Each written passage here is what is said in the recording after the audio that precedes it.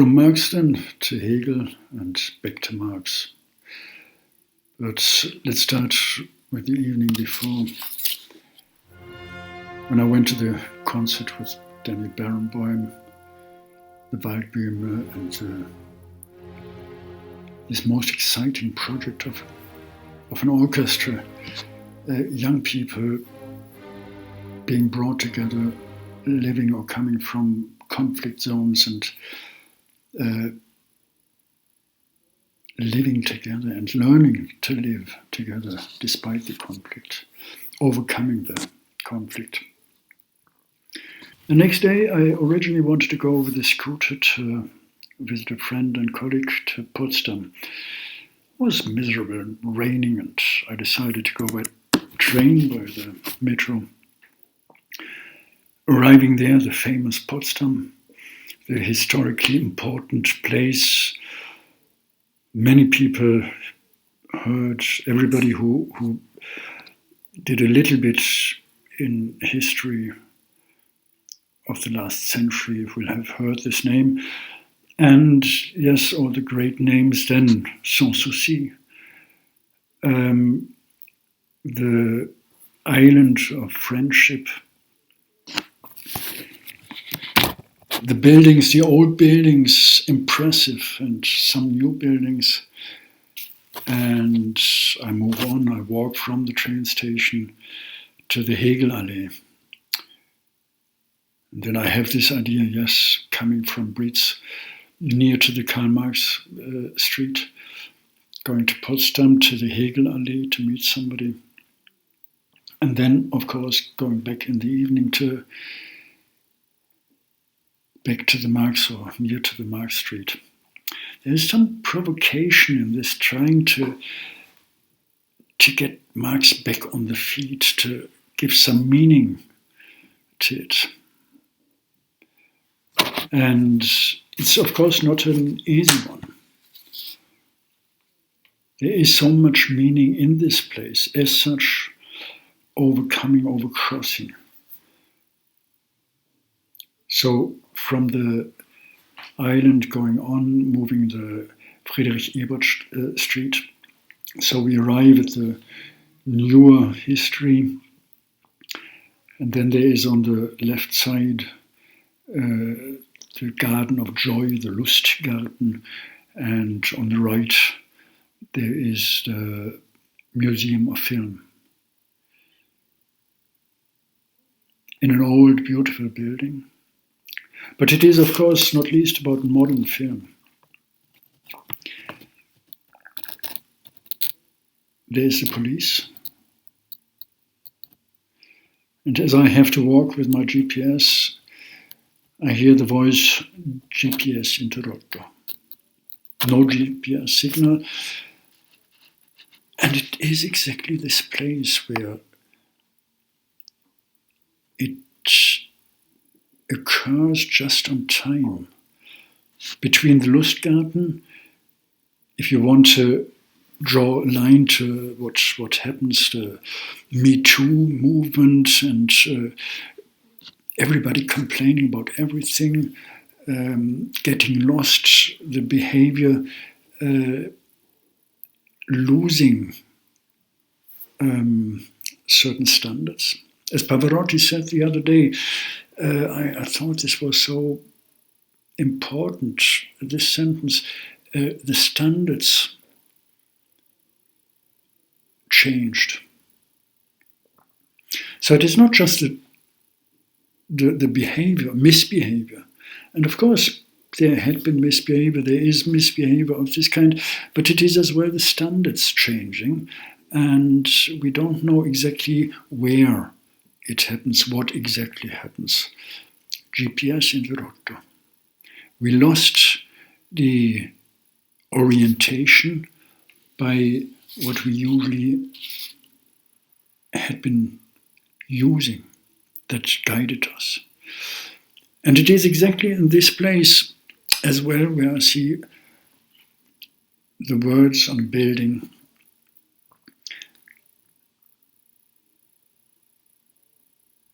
Professional solicitors specialized for heritage law. Isn't this what actually happened in a way?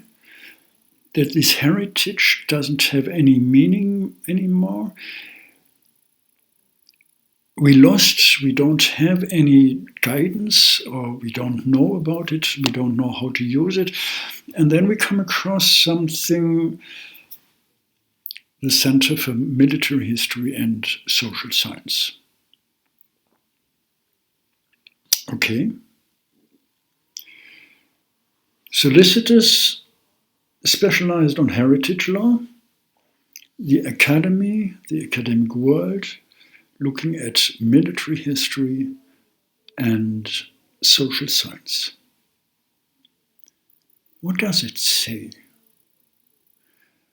How does this link to all the posters around the elections now in Brandenburg? What does it say about the orientation? I move on. It's a quite boring stretch then. I thought back the impressions just early on, the Museum for Films.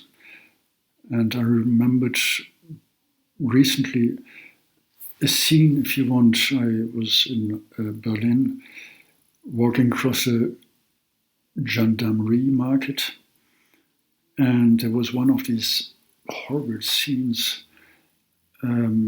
flowers, photos, we feel sorry, we will miss you, and the police standing around, and a camera team, and I didn't hear anything on the news or didn't read anything, so I asked somebody, not a bystander, he was part of this security team, I thought, and I asked, sorry, I'm ignorant, but what happened?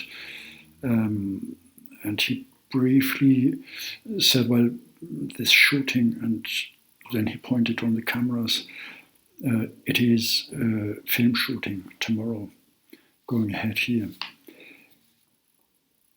The realities, the film reality and the real reality, the virtual reality, everything seems to, I wouldn't say out of control, but it seems to merge somewhere. I remember as well the Neukölln Opera recently, the Drachenherz, the heart of the dragon. And there was something written in the brochure or program. We all want to be heroes, but we live in a society that doesn't allow others to be a hero. Perhaps thus is the main problem of humankind. This being forced in a way, being pushed to be a hero, and permanently coming near to the borders, to the limits. We cannot. And in a way, this limit is as well an expression of, or an expression telling us there is no point in being a hero. I approach the Brandenburger Tor in Potsdam, the square in front of it, the posters for the elections, and for Tinder, and a new one, SRH universities. You realize your project and you realize yourself. In a way, this reflects or is reflected in the posters for the elections. It's not about society, it is not about this responsibility for the whole, but it is about how can we as individuals realize ourselves within it. In this way, it seems to be right. There is no such thing as society. Walking across this square, I have another impression. it is the impression that it is a very open square. It's not the elitist closure. It's a square. Everybody can walk there. Everybody can enjoy him or herself. But there is another closure.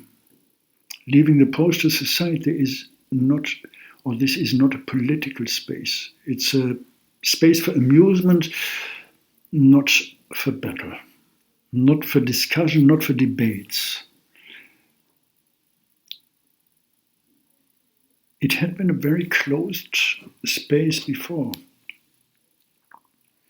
Closed for the elite, elitist groups gathering and making politics, disputing things and being in conflict. I think more than we are today. There is no thing as society. There hadn't been anything like society in terms of a cooperative field. This had been there, but not on these squares. And now it's gone. It's gone from other areas. The history seems to be over. The large historical conflicts between church and secular, the world and the different meanings, it seems to be somewhat over, and it shifted to the brands, shopping malls and whatever, the luxurious brands and others, Primark, yeah. And whatever it is, they all pretend to be unified in this common struggle to improve the world. Protection of environment, working conditions. They pretend, I say, because they don't say anything about very important items that make clear that there is no such thing as society. It is left to charity. It is not about rights. It is these enterprises, these firms that would reject if charity or this kind of performance would be a matter of rights. I read recently an article in The Economist celebrating this charity and co-determination and workers' rights, but saying Mr. Sanders and others, they are trying to make it a right, and this will kill the movement, this will kill the benefit of it. It's without right, and this kind of charity is with co-payment and equity contributions. No right just because it is right, because we are a human being, we are citizen. But citizenship doesn't matter anyway. It is about being human being. Brubaker said something, it is about closure that occurs inside of interaction. There is this seemingly open space and everybody can do whatever, this Tinderization of outliving personal moods, and there are borders, there are closures. For many, serious closures that will kill them one day.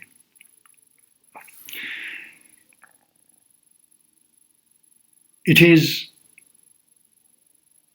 about something that Wink talked about as legalized discrimination.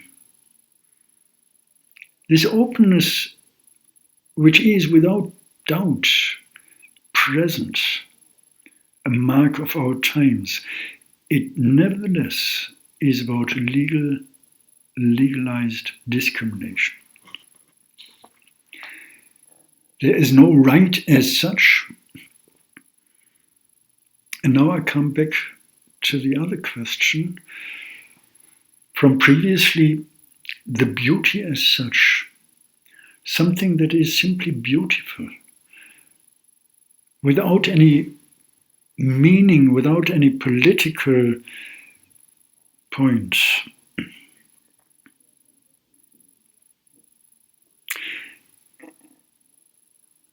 I was recently talking to an arts historian in the Hamburger Bahnhof here in Berlin. And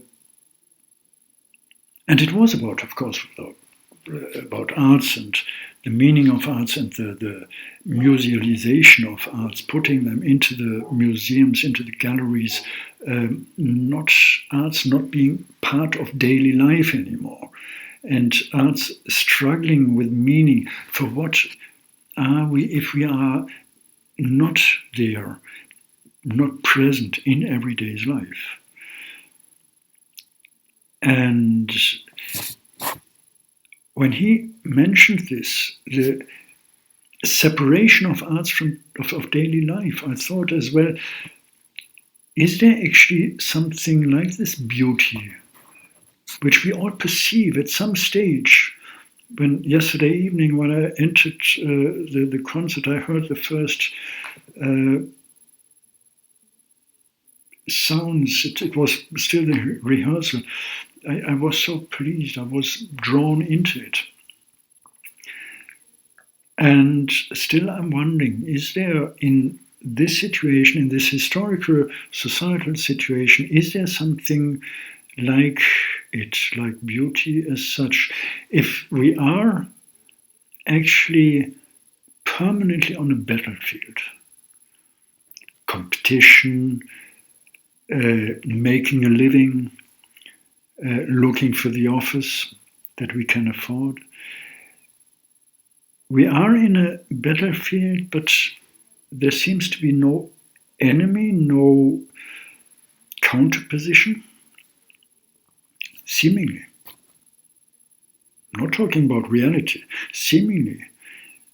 As I said, we are all with Primark, with Kick and with H&M and Boss and Adidas. We are all striving for the same, apparently. That's what we are told. And we are on a battlefield without even knowing that we are there. Without clearly being able to mark the borders, to mark this legalized discrimination, to put words on it. No rights as such, but beauty as such. I'm wondering if the expression of beauty lost its ground and is just walking in an abstract field, if it can be beauty.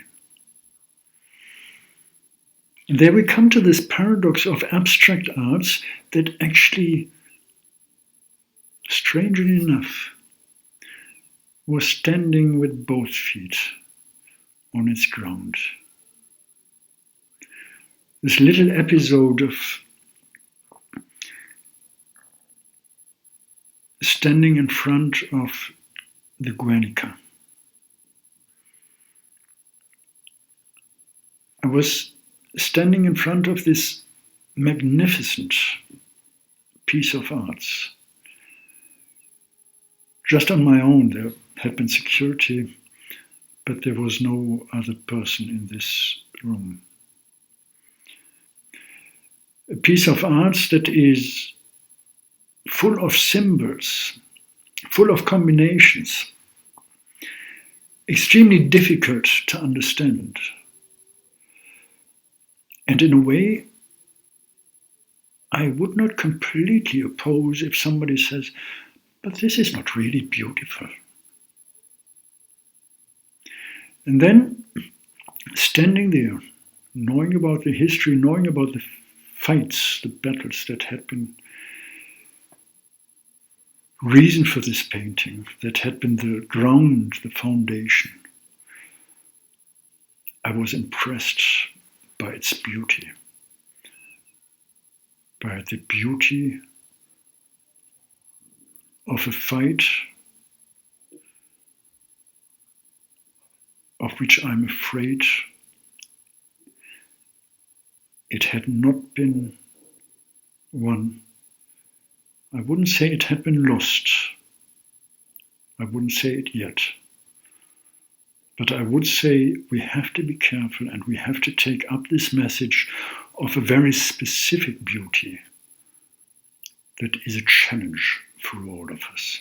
That is a challenge for all of us if we want to make sure that there is or will be a society again.